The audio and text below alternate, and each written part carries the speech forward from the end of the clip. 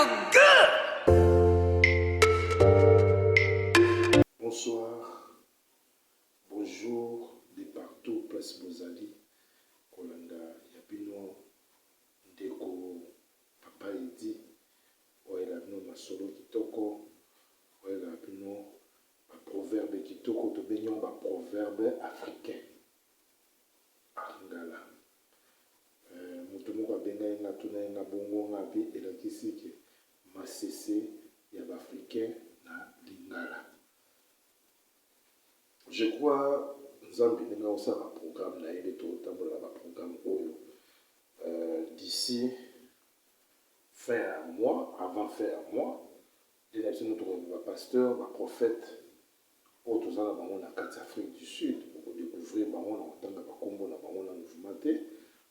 bao bandimi pour na kati ya Idiba TV moi na Congo pour travailler ensemble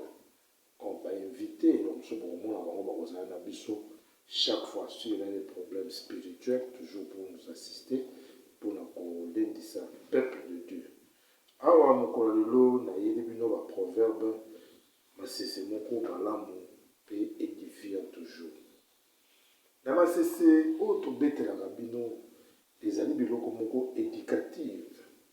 ezali éducative mpe ezali bwanya ya bomoto yango nde ekolakisaki niveau ya mayele ya bomoto ekokola ekolakisa mosala na biso ndenge toali kotambola yango na koyika mpiko mpe kobanga papa nzambe to tata nzambe bandeko ebele bakanisaka ke soki obali mwasi nde osoki epai wana mwasi azali devoir ya vie mobimba ya momoto ti okota na sa mabele mwasi azali être humain moko oyo faut respecter ye mingi mais faut kotiaka na motu na yo basi oyo biso toza na bango na bandako na baoyo tobali toza na bango nyonso wana bazali basi oyo epai bakendaka kotambola na banzela ata na eglize ata na nzela shop bazali na bato batungisaka bango baza na bato babengaka bango batiaka bango matoi alors yo moto ozwi chance wana yo moto ozwi opportunité ya kozala na mwasi na vie na yo yeba korespecte yeba kopesa bavaleur na ye yeba kolanda badevoir na ye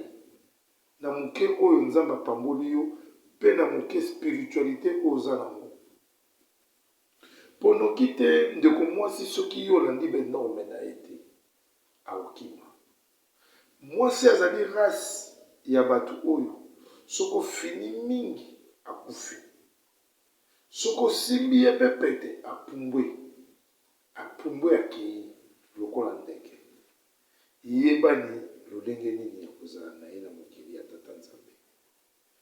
ezali maye oyo tozwa kolakisa bino mpe kotangisa bino moko na moko ya ndenge ya kotambola na mokili ya tata nzambe parce qu'il y a d'autres gens dans la vie soki asazwi mwasi mwana bato il croit que c'est limité là badevoir mosusu oyo esengaka na kati ya foyer na ye azosala baénorme nango malamu te par exemple eza ebele okomona mobali mosusu abala mwasi atiana mwasi na ndako me ye aza na ntango kovanda na mwasi wana te aa na ntango kosololaka na ye boye te aa na ntango kokabulaka makanisi te dispute oyo ezaka koswana te me kosololaka kokomisa mpo mwasi eza na vrai camarade na ye azwaka ntango wana te soki otuni naza toujours tuni na mosala non ata bamboka moto oye kovanda bamisala tozaka bizi me zwa ntango me yo mokolo oza off nde mokolo oza na kati ya nkanda nde mokolo oza na banganda nyonso eza na kati ya Paris nde mokolo oza na kati ya banganda nyonso eza na kati ya Kinshasa nde mokolo wana yo oza na kati ya banganda oyo oza na kati ya Afrique du Sud na Yovi c'est faux ce n'est pas bien ndima oza lokola papa eti soki naza na ntango ya mosala naza na ndako naza na molongani na ngai mpo tokabula ngai na ye oyo esengeli ke tokolisa bacalcule ya avenir na biso lobi parce que c'est mon ami zala lokola ndeko Dove Menama na mama Yvette Menama zala lokola baexemple ezali ebele lokola ndeko Saint-Fo Kabantu na molongani na ye nzambe ya lola akopambola yo koleka. Mpona mokolo lelo tosuki wana toyaki toujours na mwa lisese ya moke ya kolakisa ndenge nini ya kovanda na conjointe na yo, ndenge nini ya kovanda na molongali na yo. Yango omonaka baboti mosusu aza ye moko na 79 ans,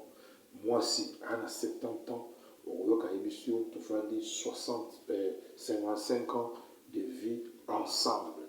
Zala lokola baboti wana ekosunga yo mpe ekosala yo malamu. Na mokolo lelo tosuki awa tokutani mokolo alobi soki Yesu azongi te. Bandeko mwa moke synthèse moke na suka oyo ezali frère na bino papa Edi Tiba. Soki oza na ba remarque kohésite te, benga biso na nzela singa oyo ezali affiche na etando na yo. Benga biso mpona koyebisa biso ba oyo omoni soki ya mabe yali tobongisa, soki omoni mpe ya malamu